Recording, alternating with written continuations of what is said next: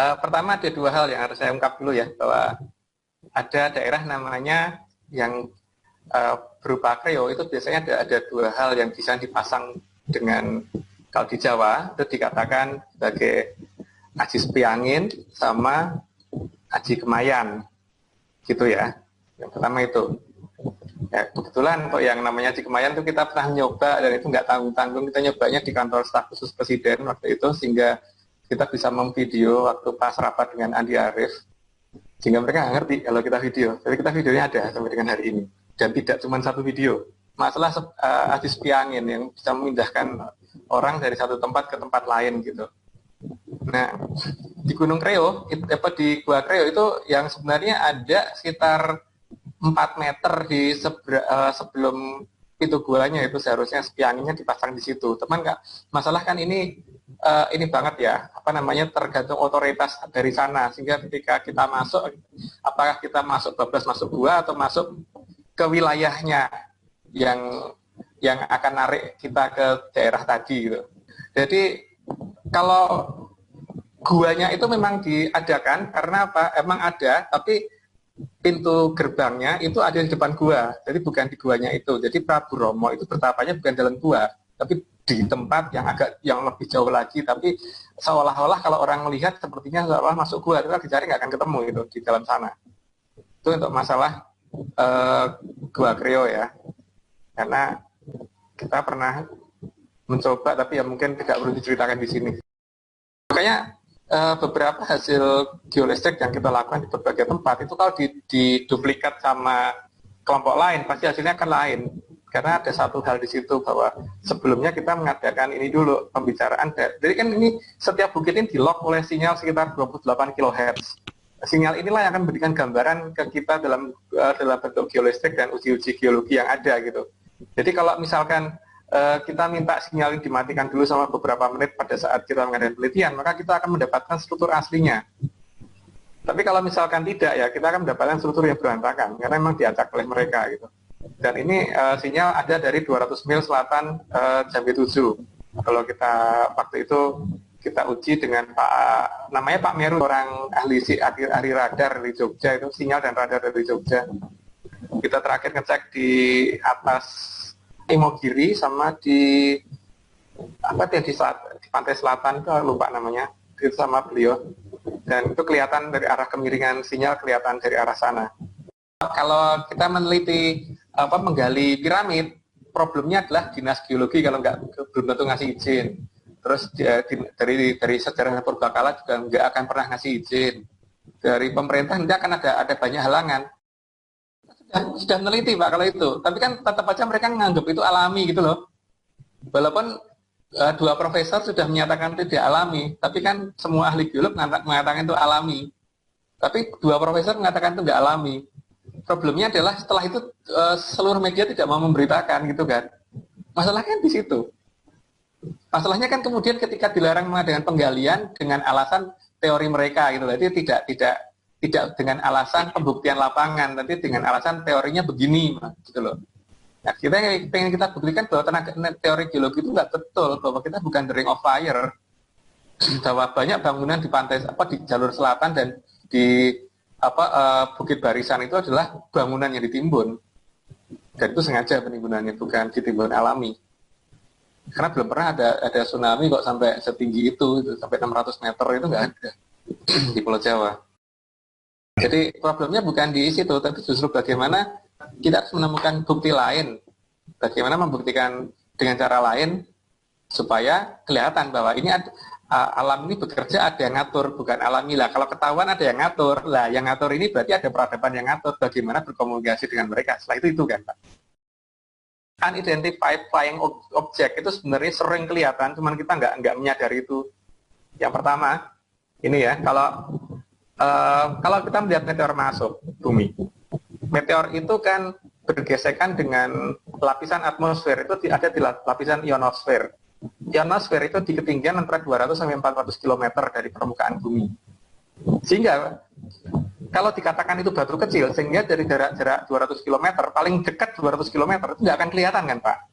Karena 200 km itu jauh banget. Jadi kalau benda seukuran mobil Avanza itu dari jarak 200 km saya nggak yakin itu bisa kelihatan.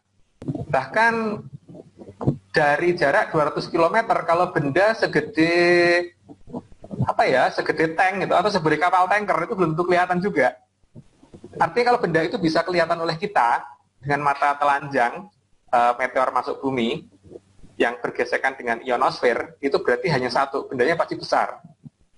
Kalau benda itu besar, maka pada saat masuk atmosfer kemudian terbakar habis dan hilang, itu harusnya ada efek kejut sesuai dengan hukumnya Einstein, E sama dengan MC kuadrat, sehingga harusnya terjadi ledakan dan gelombang kejut yang cukup besar yang mengenai permukaan bumi terdekat.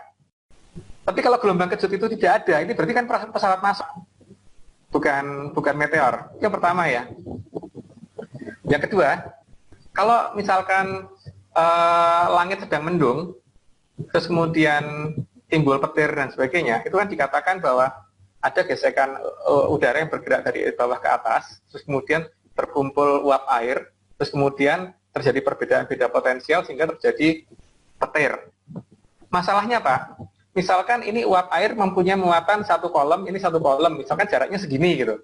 Berarti kalau dia bertambah muatannya, maka seharusnya jaraknya bertambah kan, karena tolak menolaknya makin kuat kan. Kalau muatannya bertambah lagi, berarti makin jauh lagi kan jaraknya antara dua partikel tadi, dua uap air tadi. Sehingga seharusnya ketika muatan uap air tadi bertambah banyak, itu seharusnya mendungnya bubar. Gitu kan? Bukan mendungnya malah makin menyatu, karena sifat gaya tolak menolak itu saling menjauhkan, bukan saling mendekatkan gitu loh. Tapi di sini kok enggak gitu loh. Uap air tadi, titik-titik air yang ada di udara tadi, itu justru makin banyak dan kemudian makin kelihatan dia makin tebal. Tapi kalau diamatin, dia bentuknya pasti berupa kayak piringan gitu, kalau dari kejauhan. Dan kalau ada pesawat masuk ke sana pasti jatuh. Tapi yang selamat biasanya ujung depannya kayak nabrak benda keras. Itu bisa dicari di beberapa Google itu. Artinya ini bukan alami. Makanya sifatnya mendung yang seperti itu pasti akan mengganggu radar, akan mengganggu gelombang radio, akan mengganggu sinyal TV dan sebagainya gitu. Ini berarti pesawat besar, jadi bukan sesuatu hal yang alami. Artinya kalau itu sangat unidentified flying object itu sempat kelihatan di beberapa tempat, itu sangat mungkin. Cuman masalahnya kadang-kadang kita tuh nggak bahwa itu ada gitu, dan itu sering kelihatan, cuman kita nggak memahami itu gitu loh. Tuh, dan bentuknya pun macam-macam gitu. Kadang-kadang kita nggak nyadar itu, matahari udah tenggelam nih, tapi kok ada matahari lagi gitu, gitu kan? Kadang-kadang, makanya kalau kita cermat aja, matahari itu harusnya terbit di sana loh, hari ini kok terbitnya di sana gitu. Matahari jam segini biasanya udah panas nih, kok enggak? Terus kok belok sekian derajat daripada biasanya. Kalau kita amatin pasti akan banyak kejadian-kejadian seperti itu sih yang ada di lapangan gitu. Itu menunjukkan bahwa itu sebenarnya ada mereka, tapi memang mereka itu pinter banget. Jadi kalau kita nggak teliti ya kita akan kekecoh dengan apa yang mereka tunjukkan seolah-olah itu alami gitu loh. Ada beberapa nama di daerah Sri Lanka. Jadi bukan Kolombia ya, tapi Kolombo itu harusnya. Yang menunjukkan bahwa justru bukan di sana Dwarawati itu. Karena salah satu titisan dari Bathara Wisnu yang ada di Indonesia yang diyakini dengan Bathara Wisnu, salah satunya kan Sang Prabu Sri Adi Joyoboyo. Beliau itu dan dulu mempunyai keraton di daerah Danapura, itu diambil dari Mahapati Daha, karena beliau adalah orang, ini ada di Babat Kediri ya ceritanya, itu yang membabat hutan, kemudian tempat itu dibabat sama adiknya, Doho sama Doko itu, Kidoho sama Kidoko, yang akhirnya berubah menjadi kerajaan Dahanapura setelah didatangi Pangeran Tirtogarbo yang akhirnya menjadi Sang Prabu Kameswara kedua atau Sri Adi Joyoboyo. Nah, ketika kondisi di luar, karena patih luarnya adalah Sang Maupatih Doko, Kidoko, kemudian diberi tugas untuk mengawasi wilayah di daerah yang sangat susah diatur versi waktu itu. Gitu. Ada sesuatu hal di sana, sehingga akhirnya Kidoko ditugaskan di daerah sekitar Bangladesh. Maka di sana ada daerah namanya Dhaka. Sampai dengan hari ini nama itu masih tertinggal gitu. Dan kemudian supaya Sri Adi Joyoboyo itu mendatangi tempat yang lebih baik, maka dibangunkan tempat yang di sebelah dekat, tidak di daerah yang rawan, tapi daerah yang dikatakan aman, dan itu ada di daerah sekitar Sri Lanka.